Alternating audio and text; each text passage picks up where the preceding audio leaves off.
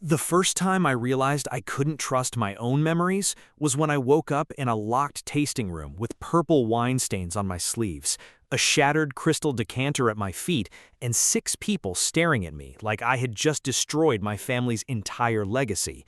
My mother didn't ask if I was hurt. She pointed at the security guard and whispered loudly enough for everyone to hear, "He's finally lost control." My father closed his eyes like a grieving man. "Take the cellar keys away from him." I remember trying to stand. My knees buckled. The room tilted. Someone caught me before I hit the floor, but instead of helping me, they searched my pockets. When they pulled out the master key to our reserve cellar, every face around me changed. Disappointment, fear, then certainty. I couldn't understand why, because I had absolutely no memory of taking it. My name is Vaylor Arden. For nearly 15 years, every bottle carrying the Arden Crest label passed through my hands before it ever reached a customer. People believed my father built our winery. That wasn't entirely true. He bought the land. I built the soul. I knew which vines struggled after heavy rain, which barrels whispered too much oak into the blend, which slopes produced grapes that tasted ordinary until exactly 17 months of aging transformed them into something unforgettable. Wine wasn't my profession, it was the only language I'd ever spoken fluently. That's why waking up accused of sabotaging our own reserve collection made no sense, especially when everyone already believed it. Our laboratory found traces of sedatives in your bloodstream. Those were the first words my family physician spoke the next morning. I almost laughed. "So someone drugged me." He hesitated. "I didn't say that. You literally just... The concentration suggests misuse." My mother squeezed his shoulder before he finished. "You don't have to protect him anymore." "Protect me?" I stared between them. "What are you talking about?" My father slid a folder across the table.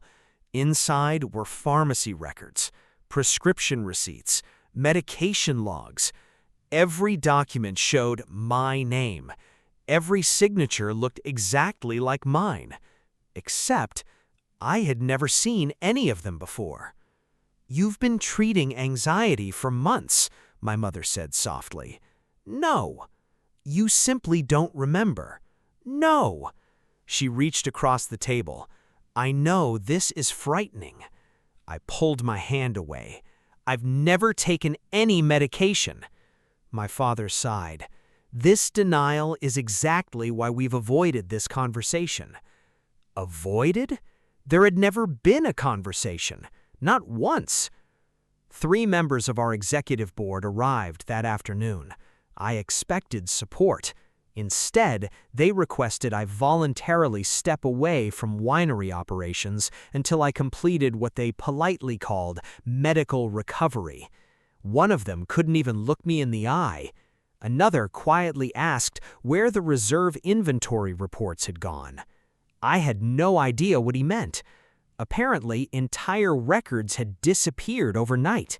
Guess whose office they vanished from? Mine. I spent that evening searching my house. If I truly had been taking medication, there had to be bottles somewhere. There were, 6 of them, neatly arranged inside my bathroom cabinet. All half empty, all prescribed to me. My stomach twisted. I opened one. The expiration date was recent. The seal had obviously been broken. Everything looked genuine. Too genuine. Almost prepared. Sleep refused to come. Around 2 in the morning, I poured every pill onto the kitchen counter. Something bothered me. The colors, the shapes. Some tablets looked slightly different, despite identical labels. I photographed everything. Then I drove nearly 40 miles to an all-night independent pharmacy run by an elderly pharmacist named Soren, a man who had helped me identify counterfeit cork suppliers years earlier. He frowned after examining the tablets. Where did these come from? My home. He compared 2 pills. They shouldn't be in the same bottle. What? One is authentic. And the other? His expression darkened. This isn't what the label claims. My pulse quickened. What is it? I'll need laboratory confirmation. But, he lowered his voice, if I'm right, someone mixed medications. For the first time since waking up inside that locked room, I stopped wondering whether I had lost my mind and started wondering who wanted everyone else to believe I had. The next morning, I returned home before sunrise. Something was different. My office door stood slightly open. I always locked it. Always. Nothing looked disturbed until I noticed my desk calendar. One page had been folded backward, not randomly, precisely. The date circled in red wasn't yesterday, it was 3 weeks from now. Beside it, written in handwriting that looked almost like mine, were 4 words: Board Transfer Authorization. I had never written them. When I confronted my father, he didn't appear surprised. I was hoping you'd forgotten that. I've never seen it. He stared at me for several seconds before smiling sadly. The medication has affected more than I realized. That smile frightened me more than shouting would have. It was rehearsed, patient, designed for witnesses.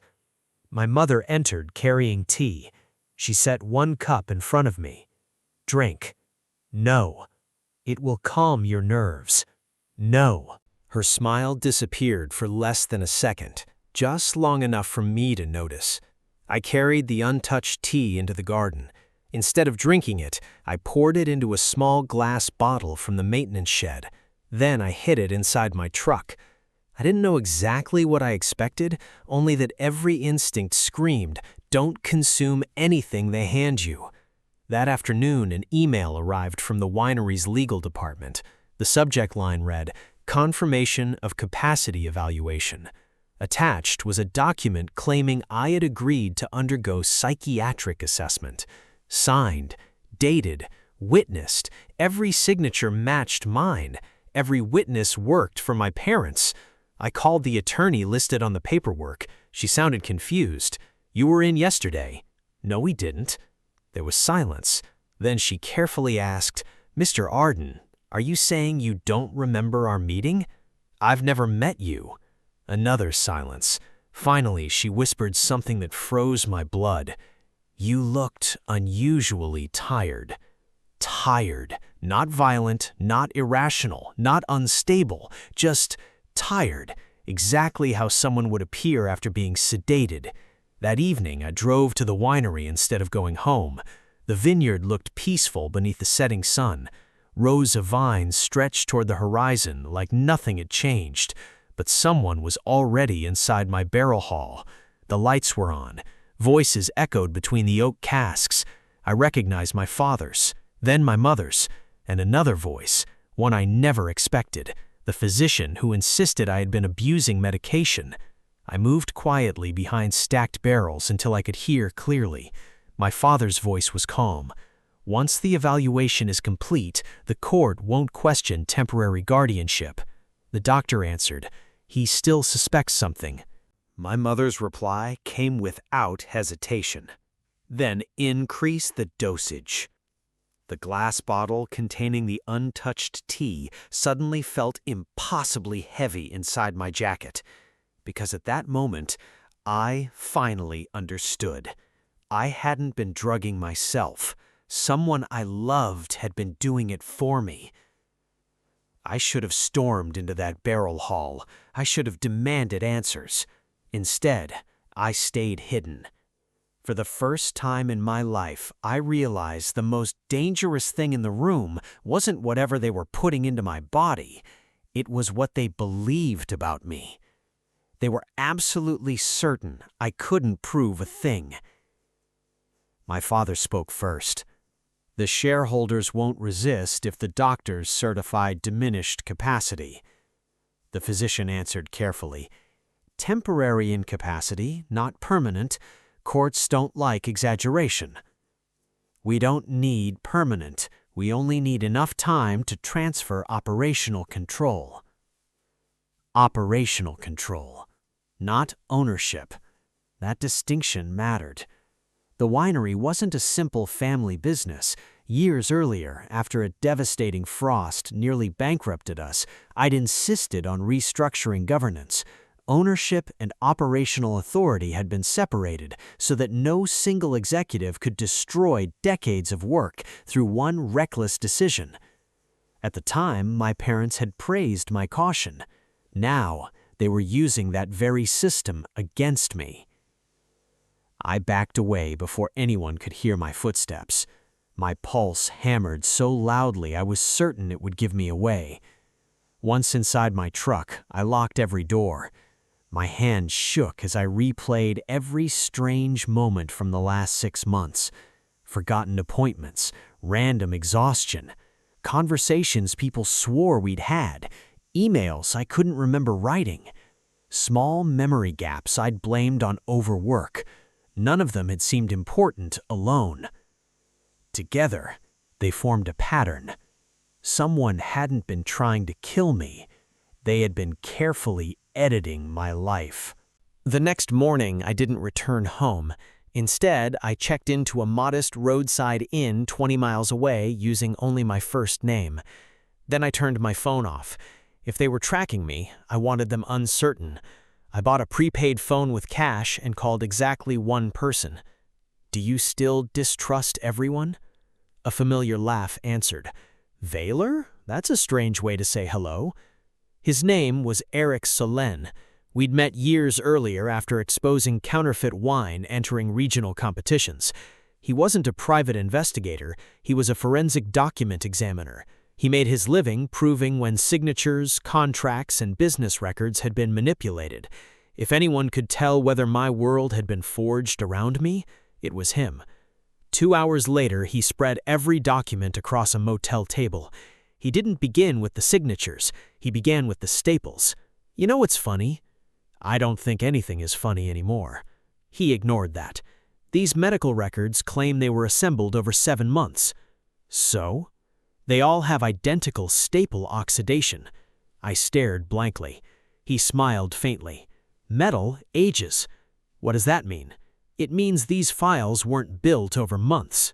He tapped the stack. They were assembled almost at the same time. I felt my stomach drop. So someone manufactured my medical history? That's my first impression. He kept examining. Then his expression changed.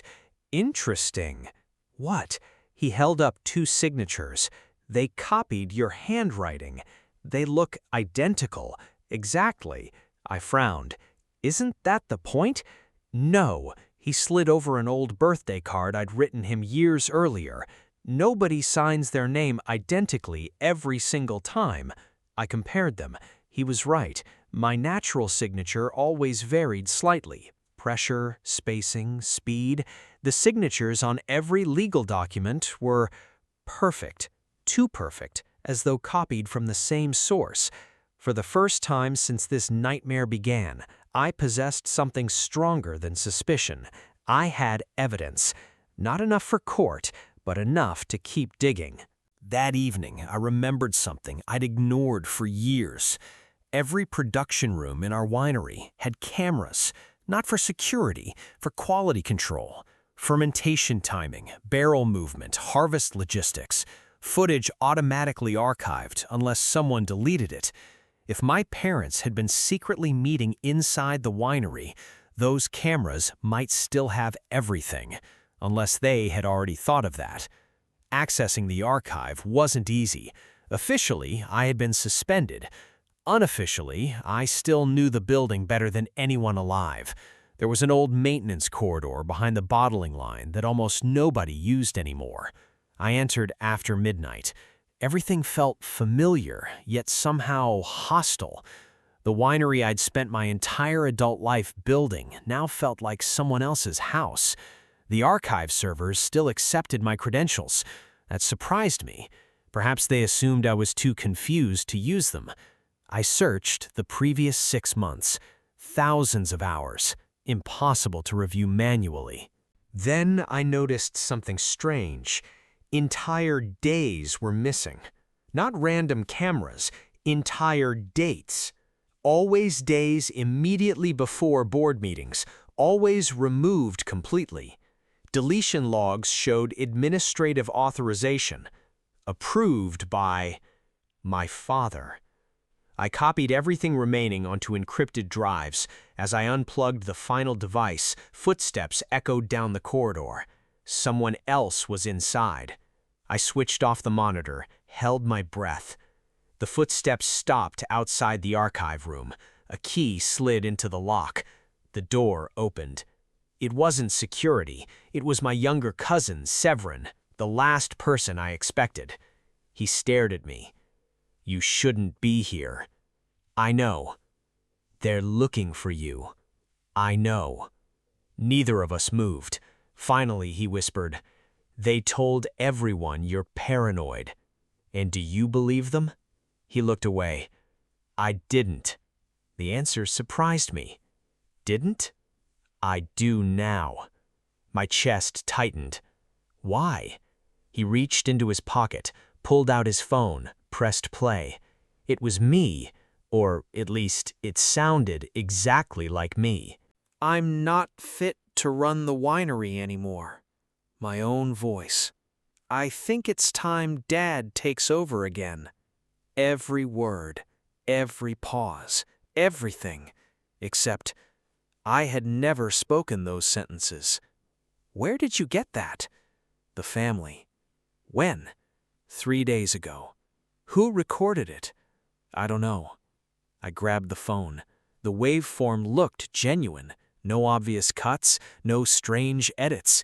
Even I couldn't hear anything unnatural. If I hadn't lived through the past week, I would have believed it. Then I noticed one tiny detail. Background noise. Bird song. I listened again. The birds repeated the exact same pattern every 18 seconds, perfectly, like a loop. Real environments don't repeat themselves that precisely. Someone had built an artificial recording, not by cutting tape, by generating my voice. "Eric's," I whispered into my prepaid phone the moment Severin left. "They're using synthetic audio." His response came instantly. "Then don't waste time disproving one recording." "What do you mean?" "Find out why they needed it." That question haunted me. Why fabricate my consent unless the real obstacle wasn't me, but someone else? The answer arrived unexpectedly. Not from a lawyer, not from the board, from an accountant. His name was Malin, quiet, forgettable, the kind of man nobody noticed until tax season. He requested a private meeting. We met inside an abandoned cooper's workshop outside town. He looked terrified before saying a single word. "I shouldn't be here." "Then why are you?" "Because your parents are about to destroy everything." He handed me a thin ledger. "This doesn't match our official books." I opened it. The numbers made no sense. Millions of dollars, transferred between shell companies, loans that didn't exist, inventory valued twice, barrels sold on paper but never moved. I looked up. "This is fraud." He nodded. "Large scale." "Why tell me?" His voice cracked. "Because they're planning to blame you." The room suddenly felt airless. The missing records, the forged prescriptions, the fake psychiatric evaluation, the synthetic recording. None of it had been the end game. It had all been preparation. They weren't trying to steal my position. They were building the perfect suspect. The man who couldn't remember. The man supposedly abusing medication. The man whose mental health was already in question.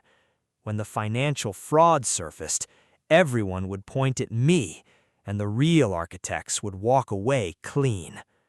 I closed the ledger slowly. For the first time since waking up in that locked tasting room, I stopped thinking about clearing my name.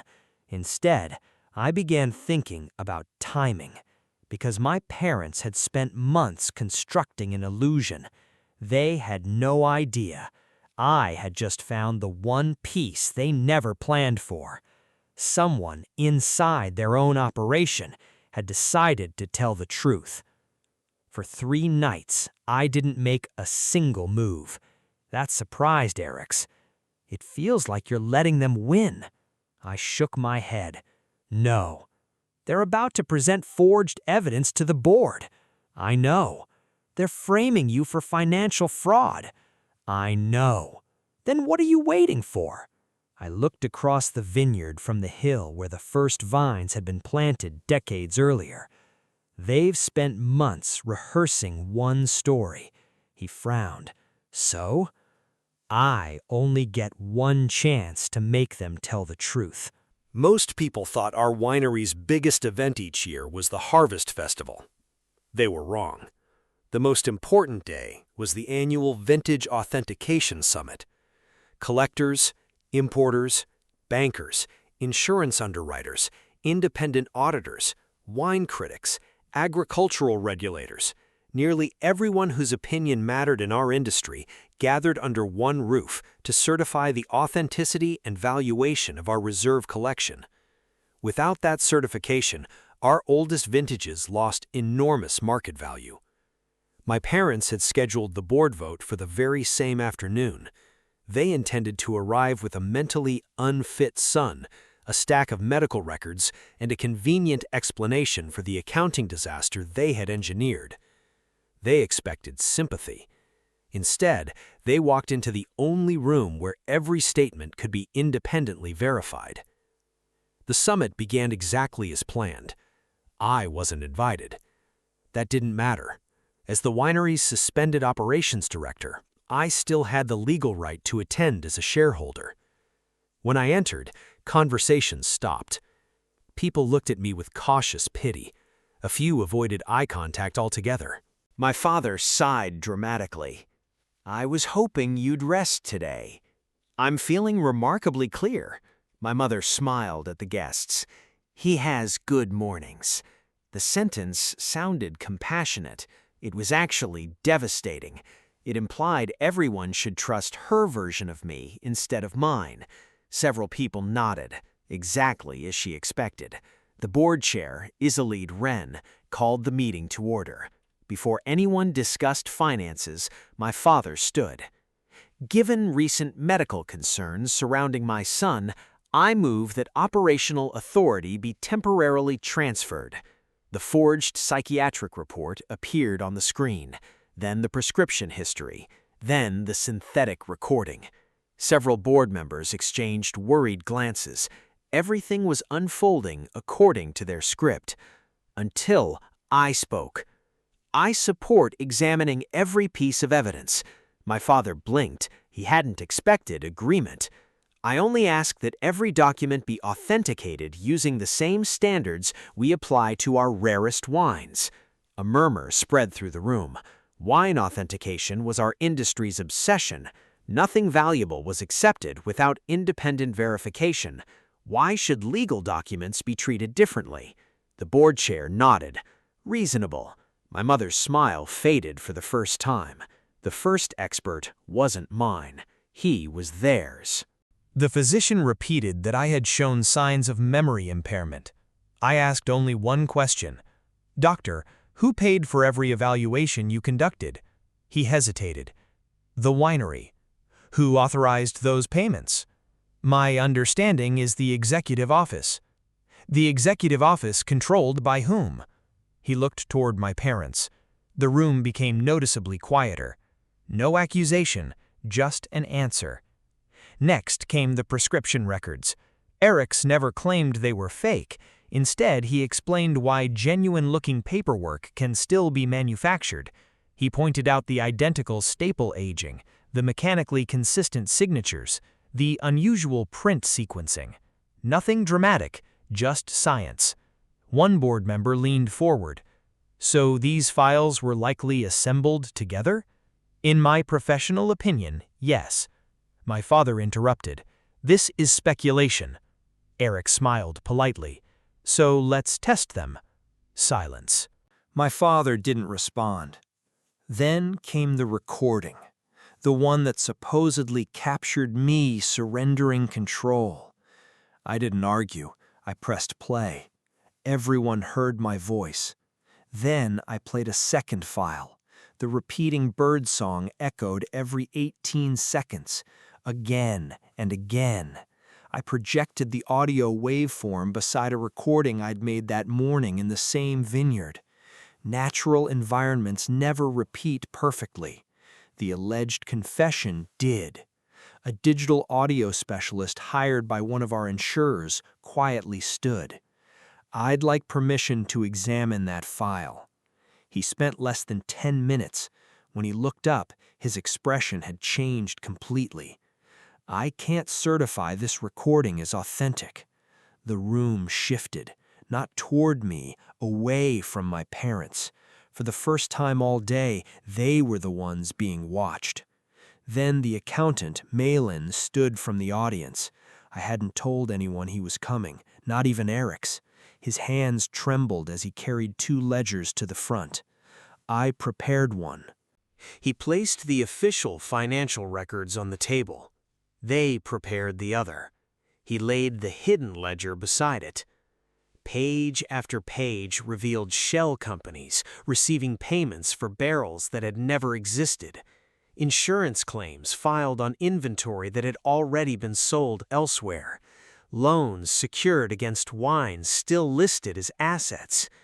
The deception was sophisticated, but it relied on one assumption, that I would be blamed before anyone looked closely. My father rose so abruptly his chair fell backward. "He's lying." Maylene swallowed hard. "No. You altered those books." "No. You worked for my son. I worked for the winery." My father turned to the board. "He's protecting Valor." Before anyone could answer, the board chair asked a simple question. "Who authorized these transfers?"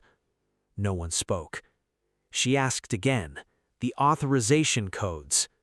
The accountant opened the ledger. "They require 2 executive approvals." Everyone stared at the signatures. Not mine, my father's, and my mother's. My mother suddenly reached for a glass of water. Her hand shook so badly she spilled it across the table. That tiny moment said more than any speech. People who know they're innocent usually become angry. People who know they're cornered become careful. The regulators requested immediate access to every financial server. The insurers suspended certification. The bank froze the winery's executive credit facilities pending investigation. None of that happened because I accused anyone.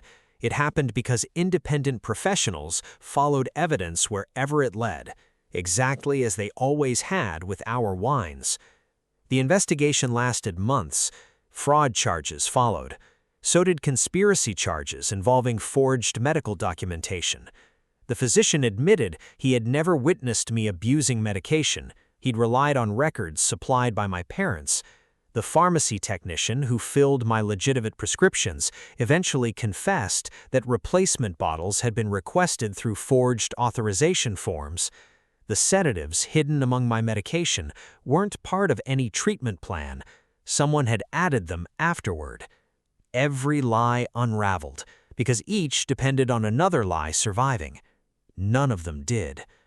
The hardest moment came after sentencing. Not in court, in the vineyard.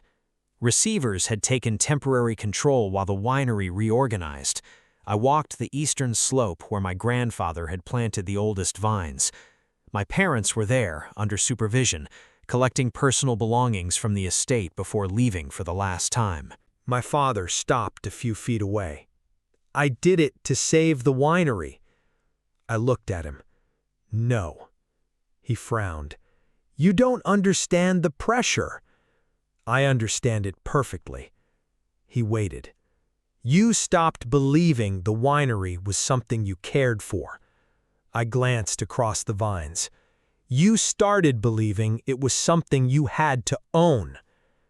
For the first time in my life, he had no answer. A year later, the winery reopened under a new governance charter written with the board, employees, and independent trustees. No single family member, not even me, could ever again control medical decisions, financial approvals, and operational authority at the same time. The safeguards were stronger because we finally understood why they mattered. Visitors often asked why one small tasting room remained permanently closed, the room where I'd awakened, confused, and drugged. We never turned it into a memorial. We turned it into a training space for every new executive. On the wall hung a single sentence: "Trust is the rarest vintage, authenticated before you pour it." People assumed it was about wine. It wasn't. It was about power. My parents believed they could steal a winery by making me doubt my own mind. They never realized the trap wasn't hidden in secret recordings, forged signatures, or accounting ledgers. It was hidden inside the one principle they had taught me as a child and later forgot themselves. If the truth is genuine, it never fears examination. That was the trap. All I did was close it, and when it finally snapped shut, they weren't destroyed by my revenge. They were undone by the evidence they had created with their own hands. If you enjoyed this story, don't forget to hit like and subscribe for more original revenge stories with unforgettable twists. Let me know your thoughts in the comments. What was your favorite moment, and did the ending deliver the justice you were hoping for? Thanks for listening, and I'll see you in the next story.